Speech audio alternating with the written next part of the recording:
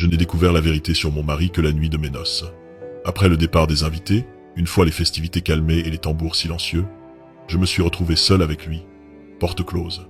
J'ai baissé la tête, rouge de honte, sans oser le regarder ni prononcer un mot. C'était à lui, l'homme, de faire le premier pas. J'ai attendu en vain. Les minutes s'étiraient, lentes et pesantes, dans un silence immobile. Ma peur et mon inquiétude grandissaient. Ma timidité s'est muée en une terreur paralysante. Pourquoi ne parlait-il pas? Pourquoi ne s'approchait-il pas? Que lui arrivait-il? J'ai bougé sans lever les yeux de terre. Était-il à ce point timide? Ou ne lui plaisais-je pas? Non, je devais lui plaire. J'étais belle, radieuse même. Et ce n'était pas la première fois qu'il me voyait. Il m'avait aperçu une fois pendant les fiançailles, mais je n'avais pas cherché à lui parler. Il n'avait rien initié, et je ne voulais pas faire le premier pas de peur qu'il ne pense du mal de moi.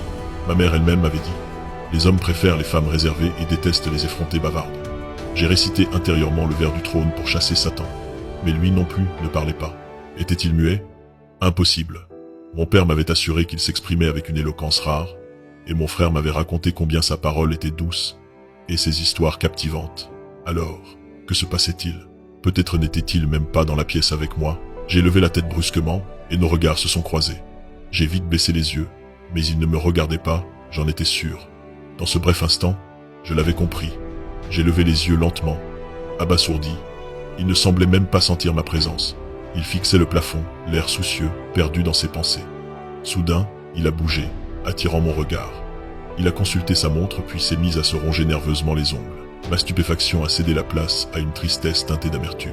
Des larmes ont coulé, se transformant en sanglots étouffés qui déchiraient ma poitrine. Il m'a jeté un regard distrait, ce qui a redoublé mes pleurs.